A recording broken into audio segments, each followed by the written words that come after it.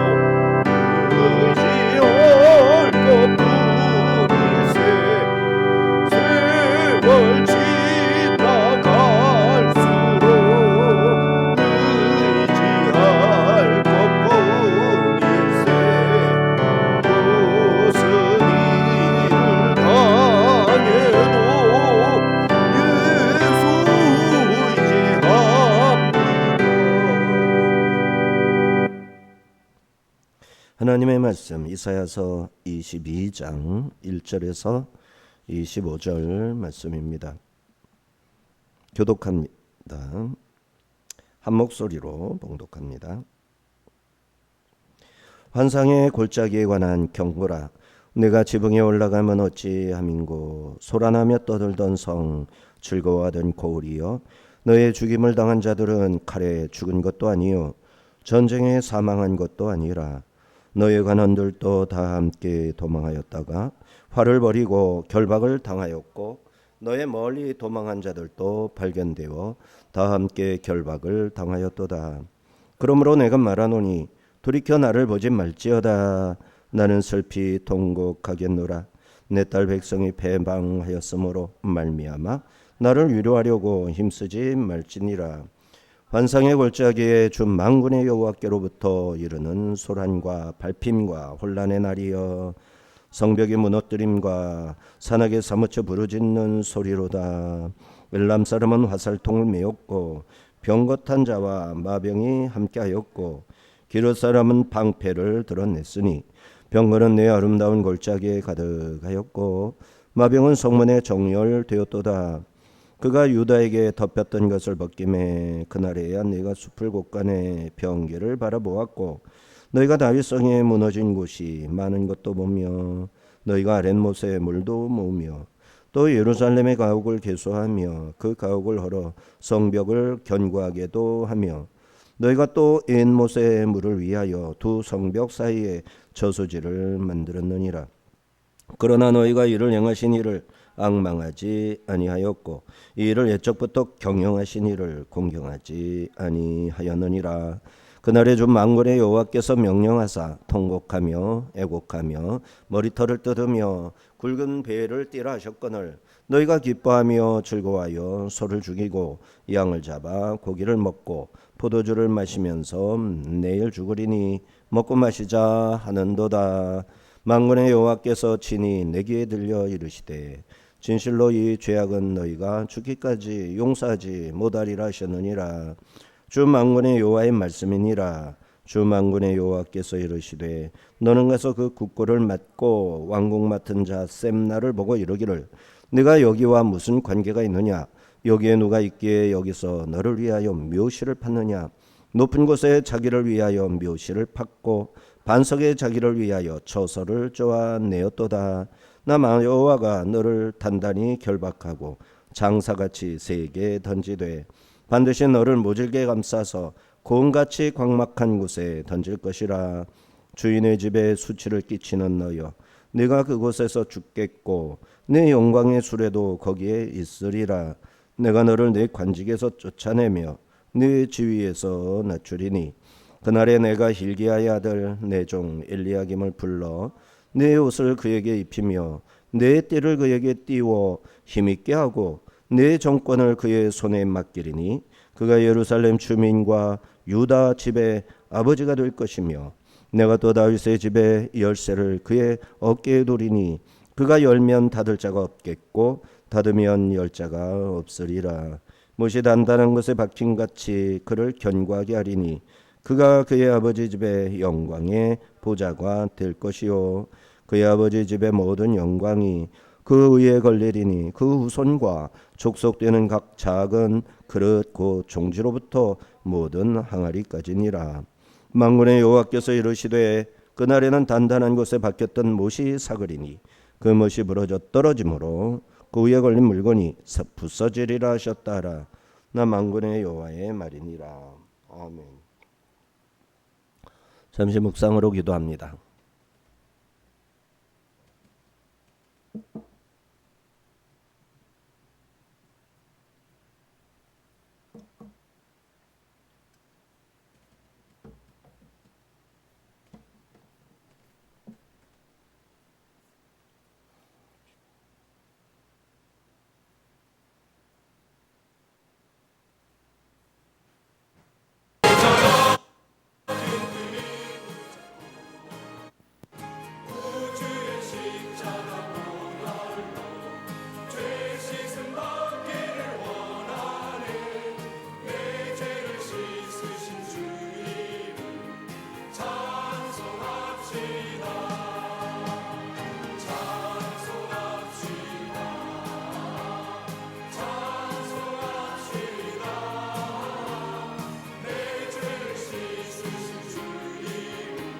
기도합니다.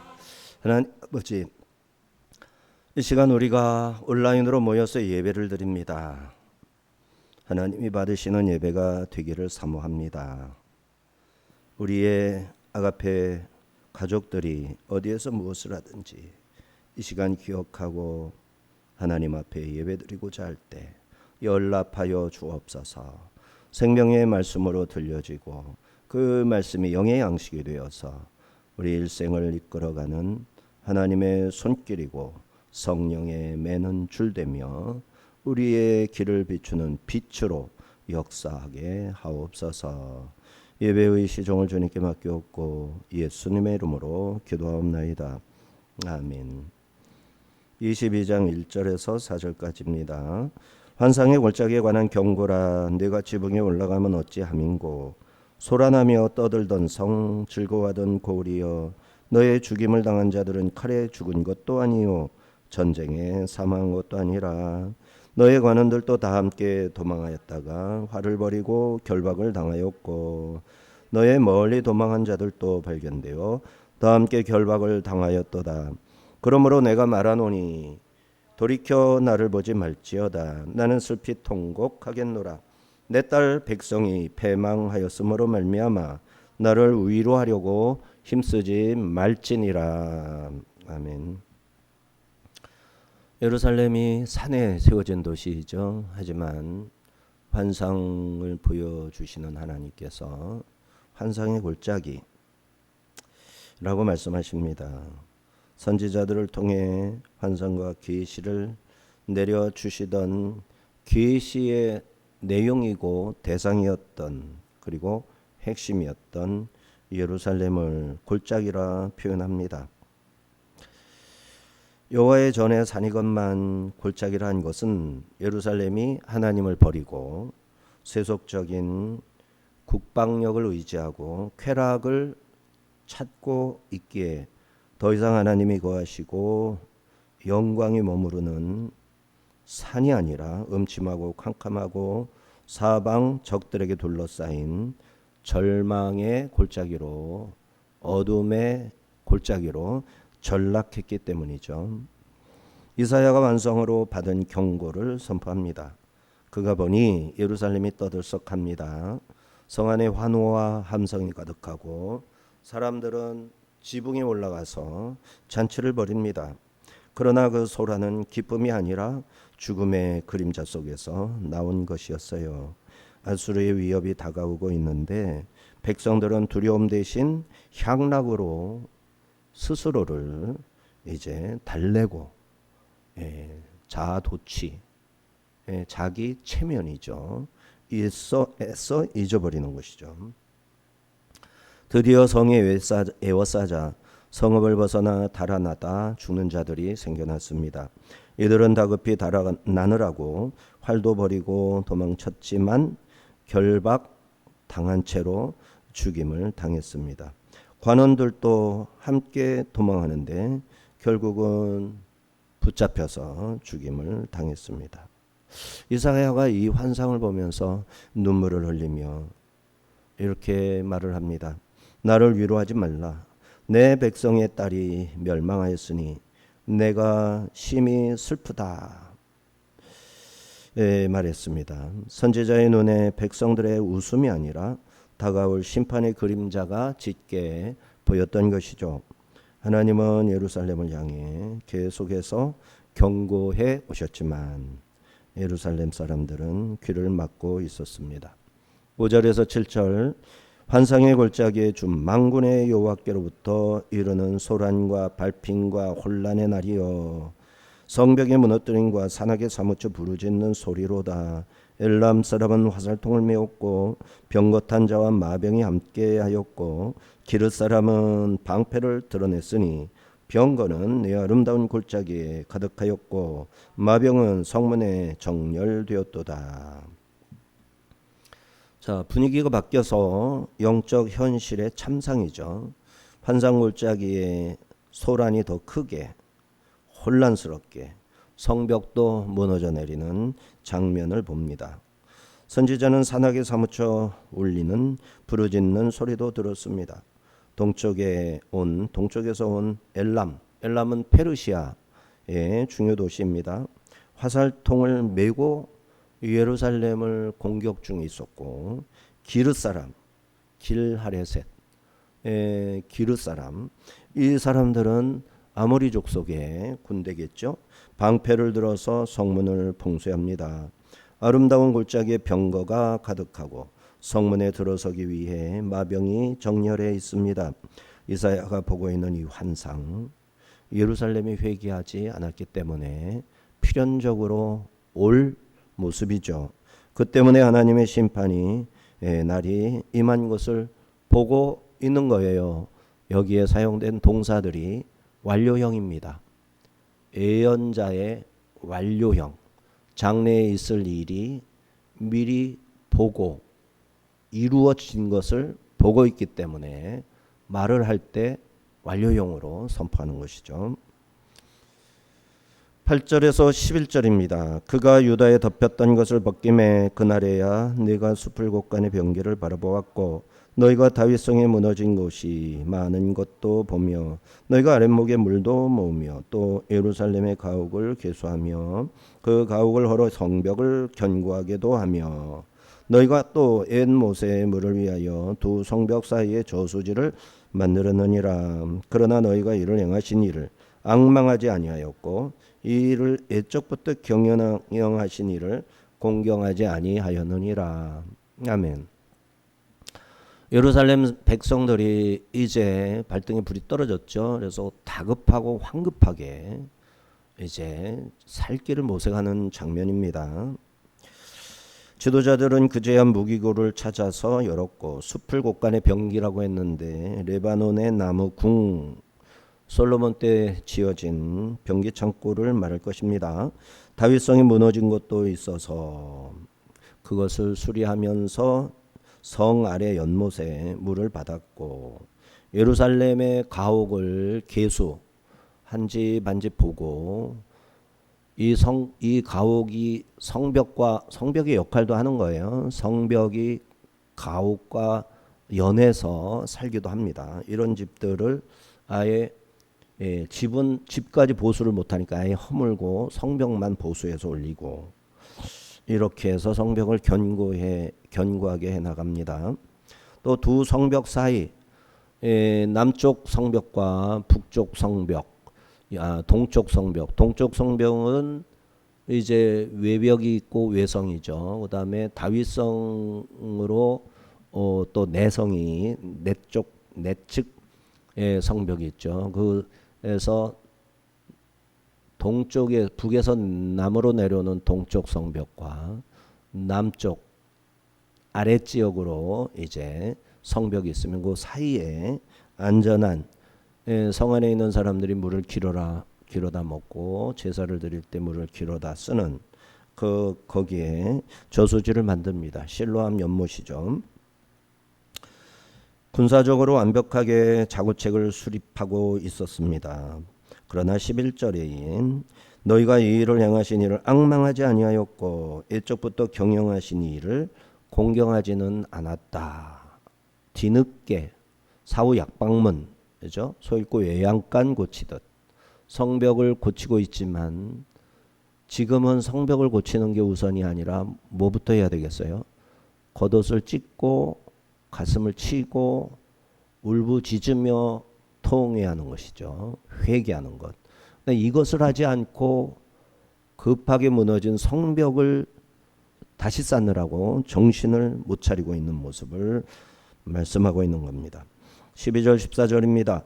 그날에 주 만군의 여호와께서 명령하사 통곡하며 애곡하며 머리털을 뜯으며 굵은 배를 띠라 하셨거늘 너희가 기뻐하며 즐거워하여 소를 죽이고 양을 잡아 고기를 먹고 포도주를 마시면서 내일 죽으리니 먹고 마시자 하는도다.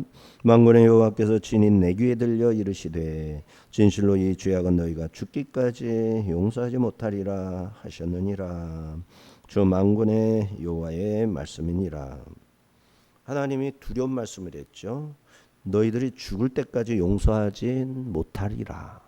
뭐가요? 13절 12절 너희가 기뻐하며 즐거워하여 소를 죽이고 제물로 바쳐야 하는 제물을 사람을 위하여 자기들의 식량으로 양식으로 먹으려고 잡는 모습을 그려내고 있는 거예요. 포도주, 하나님 앞에 드릴 전제의 제물을 자기들의 기쁨을 위해서 꺼내다가 마시는 것을 말씀하시는 거예요. 어차피 내일 죽으리니 먹고 마시자. 다 털리기 전에 우리가 먹고 우리가 죽는 게 낫겠다. 이걸 어떻게 용서하십니까? 하나님의 입장에서. 하나님은 백성들을 통곡과 애통, 머리깎음과 굵은 베옷으로 부르셨습니다. 회개와 겸손으로 돌아오라 초대한 것이죠. 그러나 백성들은 그 부르심을 거절합니다. 그 대신 먹고 마시자 내일 죽으리라. 단순한 향락이 아니라 하나님을 거부하는 불신앙의 선언이었어요. 이 하나님께서 이사야를 통해 이 죄가 너희에게 사함을 얻지 못하리라 말씀하신 겁니다. 회개 대신 향락을 선택했을 때 그 죄는 덮을 수가 없어요. 하나님의 심판은 피할 수 없는 현실이 될 것입니다. 회개의 때를 놓치고 될 대로 되라 하는 식으로 영적 냉소주의, 그리고 자포자기에서 오는 쾌락주의, 큰 죄악입니다. 하나님이 원하시는 것은 완벽한 대책이 아니라 부족하고 연약하고 온전함에 미치지 못하더라도 당장 회개하고 하나님 앞에 낮아지는 것이죠. 15절 19절입니다. 주 만군의 여호와께서 이르시되 너는 가서 국고를 맡고 왕국 맡은 자 셈나를 보고 이르기를 내가 여기와 무슨 관계가 있느냐, 여기에 누가 있기에 여기서 너를 위하여 묘시를 팠느냐, 높은 곳에 자기를 위하여 묘시를 팠고 반석에 자기를 위하여 처소를 쪼아내었도다. 나 여호와가 너를 단단히 결박하고 장사같이 세게 던지되 반드시 너를 모질게 감싸서 공같이 광막한 곳에 던질 것이라. 주인의 집에 수치를 끼치는 너여, 내가 그곳에서 죽겠고 내 영광의 수레도 거기에 있으리라. 내가 너를 내 관직에서 쫓아내며 내 지위에서 낮추리니.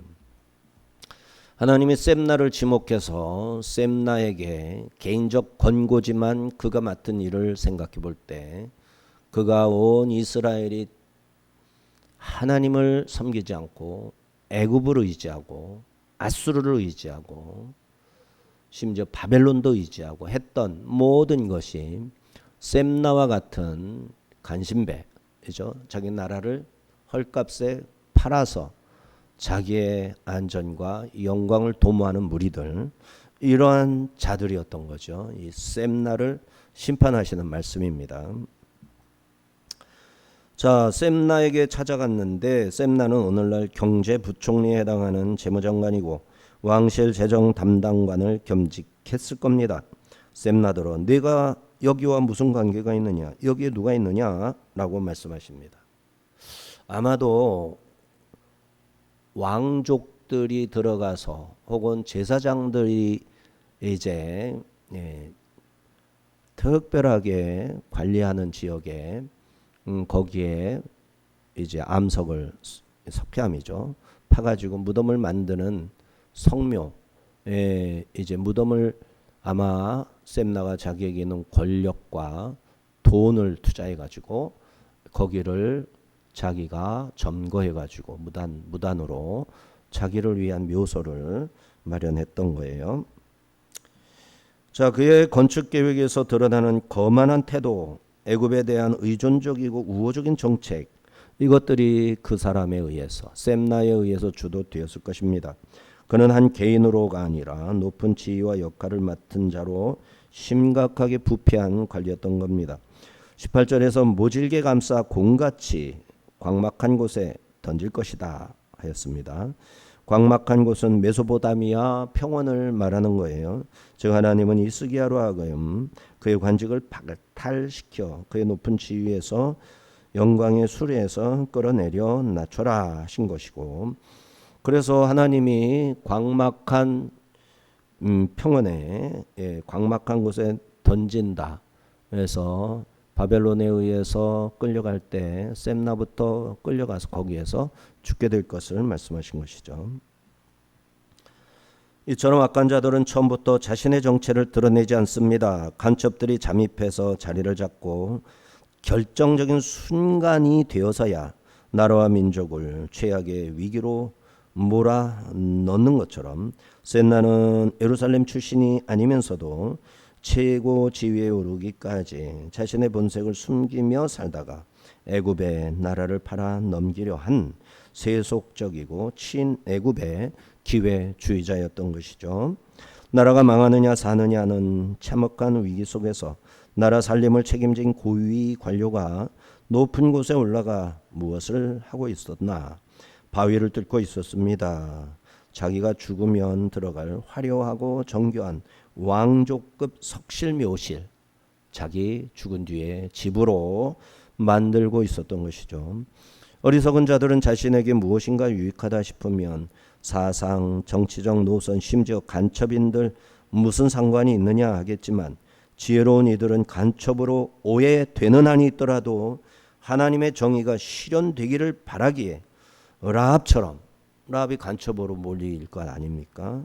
그런데 살몬을 도와서 이제 다윗의 자손을 낳게 하는 그런 일들을 라합이 했잖아요. 하나님의 인정을 받는 일이라면, 하나님이 원하시는 일이라면 어떤 위험에 처해진다 할지라도 겁내지 않고 감당하는 것이죠. 그러므로 나라와 교회의 국민과 성도를 먼저 생각하는 지도자들이 많아져야 되겠습니다. 죽은 사람의 명예가 아닌 산 사람의 삶과 사신 하나님의 이름을 중시하는 기도자를 기대하며 기도해야 하겠습니다. 20절 21절입니다. 그날에 내가 hil기야의 아들 내 종 엘리야김을 불러 내 옷을 그에게 입히며 내 띠를 그에게 띄워 힘있게 하고 내 정권을 그의 손에 맡기리니 그가 예루살렘 주민과 유다의 집의 아버지가 될 것이며, 하나님으로부터 내 종이라 인정받는 것처럼 명예롭고 영광된 일은 없겠죠. 하나님께서 셈나의 옷을 엘리야김에게 입히고 띠도 그에게 띄워주고 힘있게 하고 권력도 셈나에게서 빼앗아서 엘리야김에 주셨어요. 예루살렘 주민과 유다의 집에 아버지로 삼게 하신 것이죠. 셈나는 하나님의 통치 시스템 안에서 자기 것을 더 가지려고 하나님께 속한 사실을 자기 부를 위해서 하나님의 소유된 것들을 긁어 모아서 자기 호주머니에 집어넣었던 거예요. 그러나 충성스러운 여호와의 종은 하나님의 것들로 하나님의 것되게 속하게 하기 위해 자신의 힘과 시간을 하나님께 다 소비하는 것이죠. 22절 23절입니다. 내가 또 다윗 집의 열쇠를 그의 어깨에 두리니 그가 열면 닫을 자가 없겠고 닫으면 열 자가 없으리라. 못이 단단한 곳에 박힘같이 그를 견고하게 하리니 그가 그의 아버지의 집에 영광의 보좌가 될 것이요. 자, 자기 집에서 편안히 쉬면서 자녀들이 커가는 것을 바라보는 소소한 행복, 인간이라면 누구나 기대하는 축복된 삶이죠. 그러나 엘리야김은 백성들의 아비로 인정되고 그는 부지런히 그 땅의 주민을 돌보라는 하나님이 맡겨주신 사명을 충성되이 감당합니다. 엘리야김은 다윗 왕조가 영광을 누리는 날 그 영광에 참여하겠죠. 그날 그리스도에게 맡겨진 열쇠가 그에게도 맡겨질 거예요. 열쇠는 그리스도의 전권을 상징하는 이미지입니다. 오늘 본문은 그리스도의 전권, 그리스도의 통치를 예표하는 말씀이었던 것이죠. 24절 25절입니다. 그의 아버지 집의 모든 영광이 그 위에 걸리리니 그 후손과 족속되는 각 작은 그릇 곧 종제로부터 모든 항아리까지니라. 만군의 여호와께서 이르시되 그날에는 단단한 곳에 박혔던 못이 사그리니 그 못이 부러져 떨어지므로 그 위에 걸린 물건이 부서지리라 하라. 나 여호와의 말이니라. 자, 엘리야김의 충성으로 그의 가정이 복을 받습니다. 그가 벽에 단단히 박힌 못이 되어서 많은 것을 갖다 걸어 놓을 수 있는, 의지할 수 있는 존재였죠. 자, 그렇지만 예루살렘을 심판하실 때 이 엘리야김이 하나님의 계획을 바꿔주는 것은 아니에요. 벽에 박아둔 못 쇠기에 걸려있는 크고 작은 여러 질그릇 엘리야김의 형제들이고 친척들입니다. 카보드, 영광은 무게라고도 했죠. 영광은 무거움이기도 합니다. 엘리야김의 영광은 그의 무거운 짐일 수도 있어요. 가족들이 그를 너무 의지하는 겁니다. 하나님의 심판이 예루살렘에 쏟아질 때 그의 영광과 그의 복도 같이 사라지는 거예요. 예루살렘의 함락과 함께 그의 가문도 종말을 맞이하고 마는 것이죠. 그렇다면 예루살렘이 멸망할 때를 대비해서 하나님만 붙들고 의지하는 그 길을 흔들리지 않고 걸어가는 그것이 어떤 삶이고 어떤 자세이고 어떤 마음가짐인지 미리 훈련해서 자기 것으로 체득시키고 장착을 시켜야 하는 것이죠. 하나님의 언약이 완전히 이루어지는 날이 가까워진 사실을 어떻게 압니까? 모든 것이 무너져 내릴 때, 교회가 무너져 내리고 하나님의 약속이 점점 위태로워지는 것처럼 보일 때, 그때 하나님의 언약이 이루어지기 직전인 것이죠. 예컨대 이런 거죠. 아브라함이 이삭을 바칠 때 네 독자 이삭으로 말미암아 너에게 하늘의 별처럼 바다의 모래처럼 많은 자손이 있을 것이다. 그러면 가장 위기의 순간이 뭘까요? 이삭이 죽는 순간 이 언약은 위기에 처하는 거죠.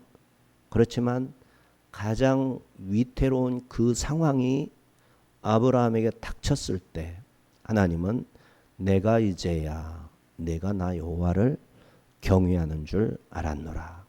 내가 너에게 약속한 모든 약속들을 반드시 이루어가리라 하면서 이제 이삭을 통해서 일하기 시작하시는 거죠. 그가 야곱과 에서를, 야곱이 12아들을, 12아들이 수없이 많은 이스라엘 자손을, 이 이스라엘 자손들이 수없이 많은 성령을 경험함으로 말미암아 이방 백성들, 민족들을 주님의 제자로 불러들여서 아브라함의 믿음을 따라 된 아브라함의 후손 삼게 되는 것이죠. 이 모든 것이 가장 위태로운 상황을 통과함으로써 가깝게 다가오는 것입니다. 자, 그런데 25절에 하나님께서 단단하게 박아주셨던 그 견고한 못이 시간이 지나자 삭아버렸다 하셨어요. 결국 부러져 버리는 것이죠. 아무리 하나님이 세우신 신실한 사람이라 할지라도 한계가 있는 연약한 인간에 불과한 것입니다. 인간이라는 못은 세월이 지나면 삭아버립니다.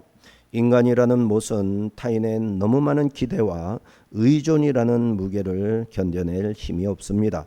가문의 수많은 사람들이 그 못을 의지했더니 못이 꺾이는 순간 그 위에 걸려있던 모든 항아리와 그릇들이 바닥으로 떨어져 산산조각 나는 것이죠. 인간을 하나님처럼 완벽하게 의지한 이들의 결말은 참혹한 파멸입니다. 이 세상의 어떤 인간 지도자도 어떤 훌륭한 목회자, 부모, 배우자라도 아무리 든든해 보이는 권력, 돈도, 못도 우리의 영혼을 영원히 받쳐줄 수 없습니다. 인간이라는 못은 언젠가 삭고 언젠가 부러지고 너무 많이 의지하면 함께 무너져 내리게 되는 것이죠. 그렇다면 우리는 누구를 의지해야 할까요? 요한계시록 3장 7절에 이사야 22장에 다윗의 열쇠를 받은 참된 주인이 누구신지 똑똑히 밝힙니다. 거룩하고 진실하사 다윗의 열쇠를 가지시니 곧 열면 닫을 사람이 없고 닫으면 열 사람이 없는 그이 바로 주 예수 그리스도이시죠. 엘리야김은 십자가의 무게를 견디지 못하고 부러질 덧없는 인간에 불과했지만 우리 예수님은 십자가라는 가장 잔혹한 나무에 박히시면서도 우리의 모든 죄와 질곡, 인생의 모든 무거운 짐을 다 짊어지고 승리하신 영원하고 단단한 반석이신 것입니다.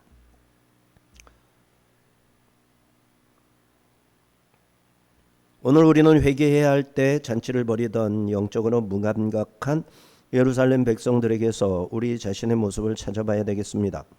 그들은 성벽을 메우고 저수지를 파는 인간적 자구책을 철저히 수행했으나 그 일을 경영하시는 하나님을 바라보지는 않았습니다. 하나님 없는 대책, 회개 없는 안독감, 착각에 불과합니다. 또 우리는 높은 곳에 자기 묘실을 파며 영원한 줄 착각했던 교만한 셈나를 반면 교사로 삼아야 하겠습니다. 하나님은 자신만을 위해 탑을 쌓던 그를 꽁꽁 묶어 광막한 이방 땅 작은 공처럼 던져버리셨습니다. 세속의 권력과 물질의 수레는 하나님이 한 번의 손짓에 산산조각이 나고 마는 것입니다. 또 우리는 단단한 박힌 목 같았던 엘리야김, 인간의 지도자죠. 우리의 잦은 실수는 그 인간 지도자들을 의지하는 겁니다. 하나님께서 그에게 다윗집의 열쇠를 맡기시고 귀하게 쓰셔도 연약한 인간이라는 못에 가문의 모든 욕심과 짐을 건다면 그 못은 사가버리고 거기에 매달렸던 모든 것들이 바닥으로 떨어져 깨지고 말 것입니다.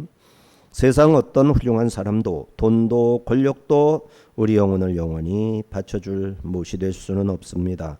그러므로 우리는 우리의 눈을 들어 다윗의 열쇠를 가지신 참된 주인 예수 그리스도를 바라봐야 하겠습니다. 인간의 못은 삭고 부러지지만 영원토록 부러지지 않는 못이 있습니다.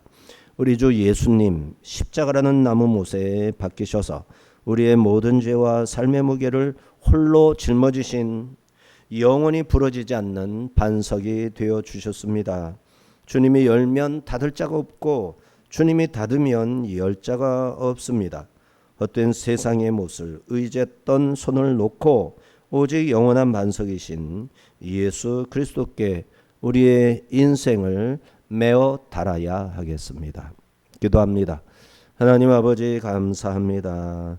오늘 이사야서 22장의 말씀을 통해서 예루살렘 사람들이 어떤 실수를 하고 하나님이 몰아쳐 그들을 멸망시킬 때 그들에게 무엇이 구원이고 무엇을 그 멸망의 때에 해야 할 일인지를 오늘 깨닫게 하셨나이다.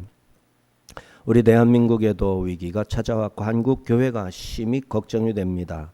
이때에 무엇을 해야 할지 오늘 말씀에서 찾아볼 수 있는데 옷을 찢고 가슴을 치며 통곡하고 회개하는 모든 성도 우리 아가페 교회 되게 하여 주옵소서.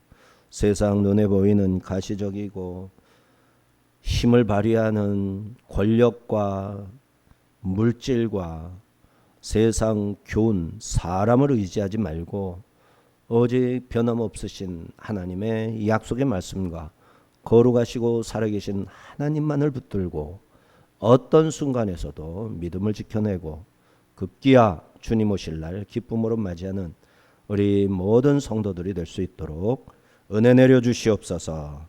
예수님의 이름으로 기도하옵나이다. 아멘. 찬송가 380장 함께 부르십니다.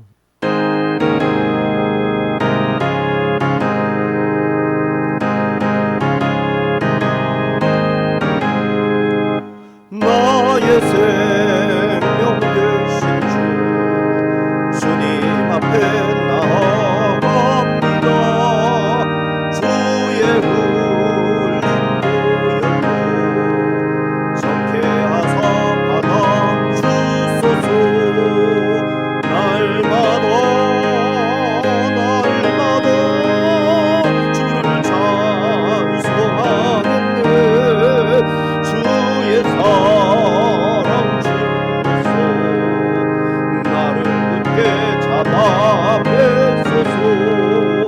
괴로운 세상 지낼 때 나를 인도하여 주소서. 주를 믿고 나가며 나의 길을 잃지 않겠네. 날마다 주를 찬송하겠네. 주의 사랑 줄로서 나를 굳게 잡아 매소서. 세상 살아갈 때에 주를 더욱 사랑합니다. 밝고 빛난 천국에 나의 영혼 들어가겠네. 날마다